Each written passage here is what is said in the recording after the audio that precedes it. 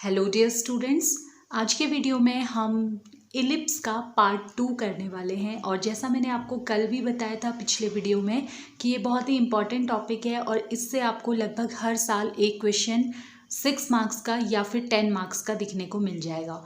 2017, 2018, 2019 तीनों ही साल यहाँ से एक एक क्वेश्चन एग्ज़ाम में पूछा गया है। तो हम देखेंगे किस तरह के क्वेश्चंस पूछे जा रहे हैं एग्ज़ाम में और कैसे आप इन्हें सॉल्व करेंगे। एक और इम्पॉर्टेंट अपडेट आप लोगों को दे दूं कि आपकी जो समर वैकेशन है वो एक्सटेंड कर दी गई है 21 जून तक। तो 2021 की समर वैकेशन आपकी एक्सटेंड कर दी गई हैं 21 जून तक, यानी आपकी ऑनलाइन क्लासेस भी स्टार्ट जो अब होंगी वो होंगी 21 जून के बाद। तो आइए स्टार्ट करते हैं हम अपना आज का वीडियो। तो एक क्विक रिवीजन हम लोग फार्मूले का कर लेंगे, क्योंकि मैंने आपको बताया है कि इस चैप्टर में सबसे ज़्यादा इंपॉर्टेंट है फार्मूले।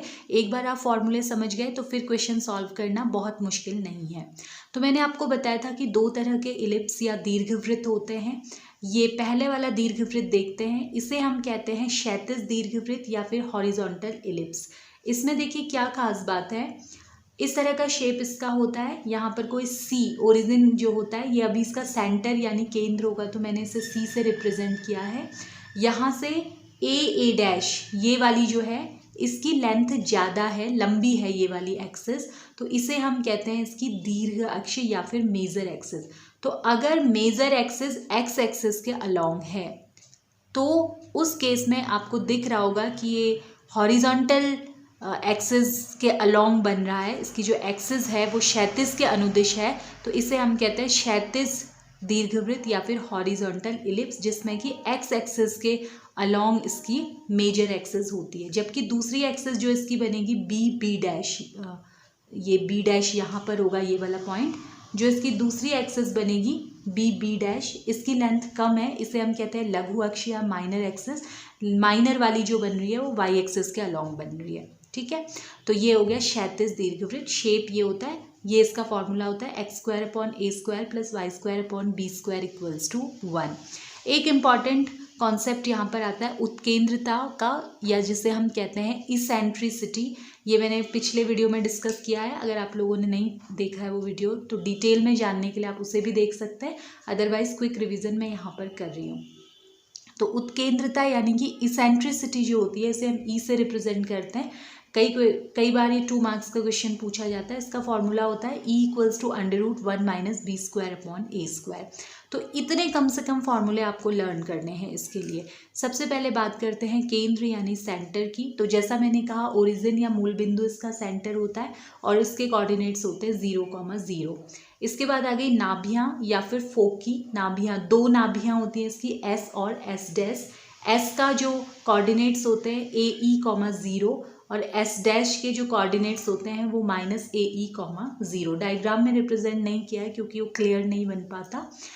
तो नाभियाँ कल भी बताया था कि फिक्स पॉइंट होते हैं। इन दोनों फिक्स पॉइंट से इस इलिप्स पर कोई भी पॉइंट आप ले लीजिए, उसकी इन दोनों से डिस्टेंसेस का जो सम होगा वो कांस्टेंट रहेगा। जैसे अगर मैं यहाँ पर एक पॉइंट P ले लेती हूँ इधर, तो PS + PS' हमेशा कांस्टेंट रहेगा।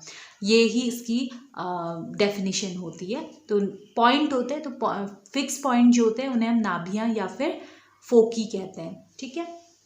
और इसके कोऑर्डिनेट्स आपको याद रखने हैं AE और -AE,0। यहाँ पर को जो A है वो है सेमी मेजर एक्सिस, अर्ध दीर्घ अक्ष। जैसा मैंने कहा A' ये दीर्घ अक्ष या मेजर एक्सिस कहलाती है। तो C से लेकर A तक या फिर इसका जो हाफ होता है वो कहलाता है सेमी मेजर एक्सिस या अर्ध दीर्घ अक्ष, उसकी लंबाई होती है A। इसी तरह से B' लघु अक्ष या माइनर एक्सिस होती है। सेंटर से B की या सेंटर से B' की जो डिस्टेंस होती है वो स्मॉल b होती है और इसे हम कहते हैं सेमी माइनर एक्सिस या अर्ध लघु अक्ष। तो दीर्घ अक्ष अगला आ जाता है शीर्ष यानी कि वर्टेक्स। तो वर्टेक्स जो होते हैं, जो इसकी दीर्घ अक्ष मेजर एक्सिस होती है, इसके एंड पॉइंट्स अंत्य बिंदुओं को हम कहते हैं इसके शीर्ष, जो कि है A और A'। तो यहाँ से यहाँ तक A है तो डेफिनेटली इसके जो कोऑर्डिनेट्स होंगे वो A,0 होंगे। इधर वाले शीर्ष के देखेंगे तो -A,0 होंगे।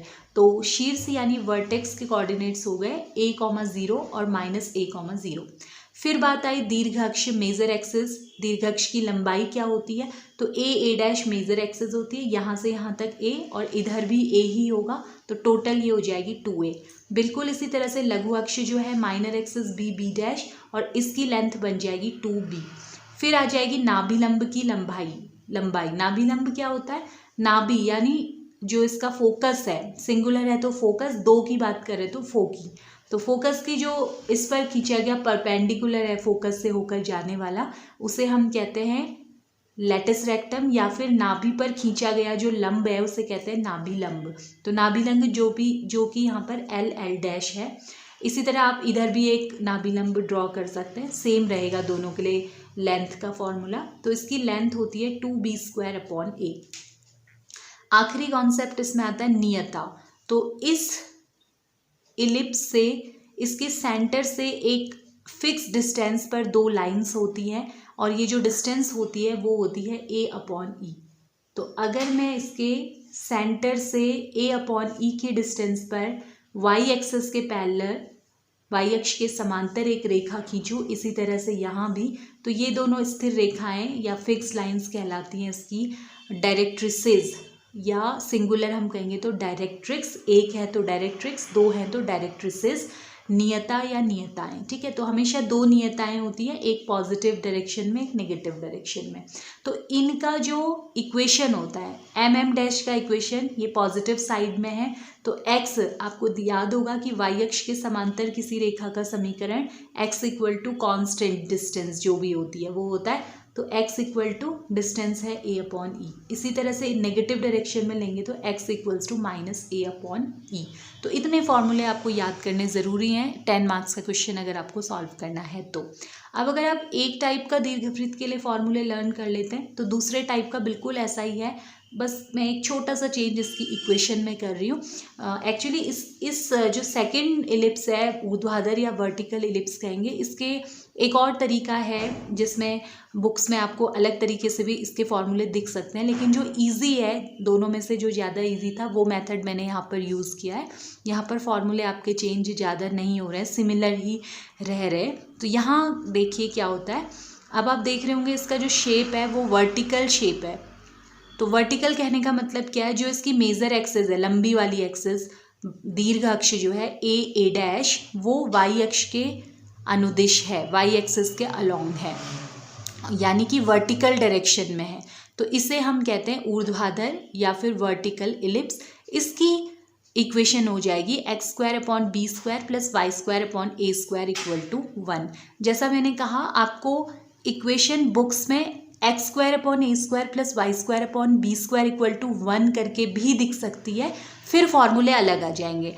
लेकिन अगर मैं एक तरीका इस तरह से भी बुक्स में दिया होगा कि हम इक्वेशन थोड़ी सी चेंज कर लेते हैं तो फॉर्मूले अब इससे मिलते जुलते आएंगे। तो आप देख लीजिए, आपको जो भी तरीका सिंपल लगे, मैंने सिंपल तरीका ये आप लोगों से डिस्कस किया है। तो यहाँ पर हमारी इक्वेशन थोड़ी सी चेंज हो रही है, तो ध्यान देना है कि अगर x के अपॉन में a है तो इसका मतलब a यानी कि जो भी बड़ा है, दीर्घ अक्ष की लंबाई हमेशा वो होगी major axis, semi major axis की। तो x के अपॉन में अगर बड़ा है यानी कि क्षैतिज हॉरिजॉन्टल इलिप्स बनेगा, अगर y के अपॉन में ग्रेटर नंबर है तो वर्टिकल इलिप्स बनेगा। इस पर कुछ एग्जाम्पल मैंने कल भी आपसे डिस्कस किए थे, एक एक एग्जाम्पल मैं आप लोगों से एक बार यहाँ पर फिर से डिस्कस कर लेती हूँ। जैसे कि जो पहला वाला इलिप्स है, इसका एक एग्जाम्पल हो सकता है x² / 9 + y² / 4 = 1। तो आप देख रहे हैं कि x के अपॉन में 9 बड़ी संख्या है, तो ये x एक्सिस के अनुदिश इसकी दीर्घ अक्ष होगी, यानी कि जो इसकी मेजर एक्सिस होगी वो x एक्सिस के अलोंग होगी, x एक्सिस यानी हॉरिजन के अलोंग, तो ये क्षैतिज यानी हॉरिजॉन्टल बनेगा। इसी तरह से अगर मैं यहाँ पर ये एग्जांपल ले लूँ x² / 9 + y² / 16 = 1, तो y के अपॉन में बड़ी संख्या है यानी y एक्सिस के अलोंग इसकी मेजर एक्सिस दीर्घ अक्ष बनेगी और ये एक ऊर्ध्वाधर वर्टिकल दीर्घवृत्त होगा। ठीक है, अब देखिए, अब बाकी फॉर्मूले लगभग सेम होंगे, बस अंतर ये होगा कि जो x के कोऑर्डिनेट होते थे वो यहाँ पर y के बन जाएंगे। जहाँ पर हम x एक्सिस की बात करते थे वहाँ पर हम यहाँ y एक्सिस की बात करेंगे। तो केंद्र तो सेम ही रहेगा, 0 0 इसका भी होता है, इसका भी 0 0। नाभि यहाँ देखिए x कोऑर्डिनेट a ही होता था, यहाँ पर आपको ध्यान देना है कि y कोऑर्डिनेट a ही हो जाएगा और x कोऑर्डिनेट 0 ही रहेगा। ऐसा क्यों होगा? क्योंकि इसकी नाभि y एक्सिस पर स्थित है। जब भी कोई पॉइंट y एक्सिस पर होता है तो उसका x कोऑर्डिनेट 0 होता है। यहाँ पर नाभि x एक्सिस पर थी, s डैश, तो जब भी कोई पॉइंट x एक्सिस पर होते हैं तो उनका y कोऑर्डिनेट 0 होता है। तो y कोऑर्डिनेट आप देख रहे होंगे यहाँ 0 है, इसमें x कोऑर्डिनेट 0 हो जाएगा और y कोऑर्डिनेट a ही और माइनस a ही हो जाएंगे।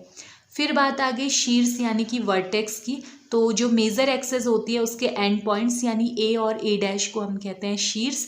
इसके कोऑर्डिनेट्स हो जाएंगे यहाँ से यहाँ तक a है तो x कोऑर्डिनेट तो 0 होगा क्योंकि ये y एक्सिस पर स्थित है, तो 0, a और a डैश नीचे वाले का हो जाएगा 0, -a। ये भी सिमिलर था, बस इसमें x कोऑर्डिनेट a था, तो जो यहाँ x कोऑर्डिनेट है वो इस वाले में y कोऑर्डिनेट बन जाएगा। a, 0 था तो 0, a, -a, 0 था तो 0, -a। फिर ये दोनों सेम रहेंगे।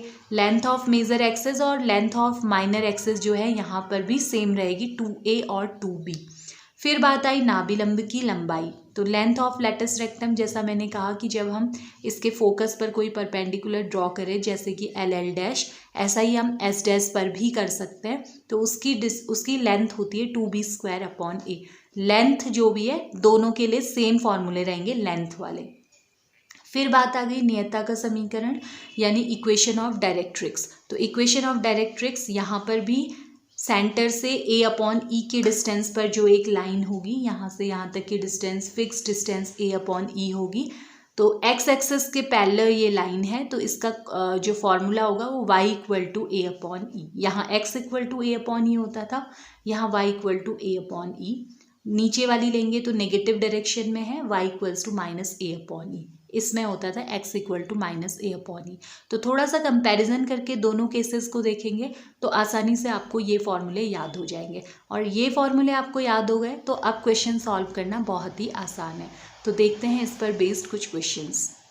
तो ये क्वेश्चन मैंने ले लिया है, दीर्घवृत्त x² 9 + y² 4 = 1 के शीर्ष नाभियां दीर्घ अक्ष लघु अक्ष की लंबाई और उत्केंद्रता ज्ञात कीजिए। Find the vertices, foci, length of major axis and minor axis and eccentricity of the ellipse x² 9 + y² 4 = 1। तो सबसे पहले हम देखेंगे कि हमारा जो भी इलिप्स यानी कि दीर्घवृत्त दिया हुआ है उसका समीकरण क्या है। दीर्घवृत्त का समीकरण, तो इक्वेशन ऑफ द इलिप्स अभी हमें गिवन है x² 9 + y² 4 = 1। तो आप देखेंगे कि x² के अपॉन में बड़ी संख्या है, यानी कि अभी जो इसकी मेजर एक्सिस दीर्घ अक्ष बनेगी वो x एक्सिस के अलोंग बनेगी, x एक्सिस के अलोंग, यानी कि एक हॉरिजॉन्टल इलिप्स बनने वाला है। तो अब हम क्या करेंगे, हॉरिजॉन्टल इलिप्स की जो इक्वेशन हमने सीखी थी उससे इसका कंपैरिजन करेंगे। तो इसकी तुलना किससे करेंगे हम, x² a² + y² b² = 1 से तुलना करने पर। तो जब हम इस इक्वेशन से इसका कंपैरिजन करेंगे, कंपेयरिंग विद दिस, तो देखिए a² = हमें मिलेगा क्या, 9, या फिर यहाँ से अगर आप a निकालेंगे तो a = आ जाएगा 3। a = √9 यानी ±3 आएगा। यहाँ पर हम इसे length of semi major axis लंबाई लेते हैं तो नेगेटिव का कोई मतलब नहीं है, इसलिए हम केवल पॉजिटिव साइन लेते हैं। इसी तरह से b² = 9 तो b = हमारा b² = 4, b² = 4 तो b = आ जाएगा हमारा 2। बस जैसे ही आपका b और a आ गया तो आपका बहुत सारा काम यहाँ पर को हो गया है। तो सबसे पहले आप इसेंट्रिसिटी निकाल लीजिएगा, क्वेश्चन में आपको लास्ट में पूछा है, लेकिन क्योंकि आपको नाभियों के लिए ई की ज़रूरत होगी तो आप सबसे पहले क्वेश्चन में ई निकाल लीजिए। पूछा है तो ठीक है, अदरवाइज फोकी यानी नाभियाँ निकालने के लिए तो आपको इसेंट्रिसिटी फाइंड करनी ही है। तो इसेंट्रिसिटी का फॉर्मूला मैंने आपको बताया था उत्केंद्रता का, E = √1 - b² a²।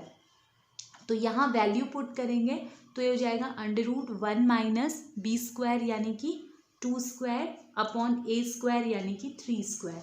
तो ये आपका बन जाएगा √1 माइनस 4 अपॉन 9।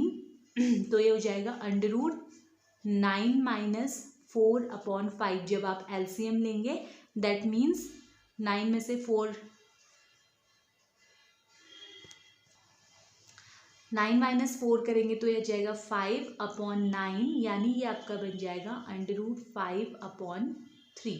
तो ये आपका आ गया है E इक्वल्स टू √5 अपॉन 3। तो अब एक एक करके हम सारी चीजें निकालेंगे। तो सबसे पहले इसने पूछा है शीर्ष, शीर्ष यानी कि वर्टिसेस।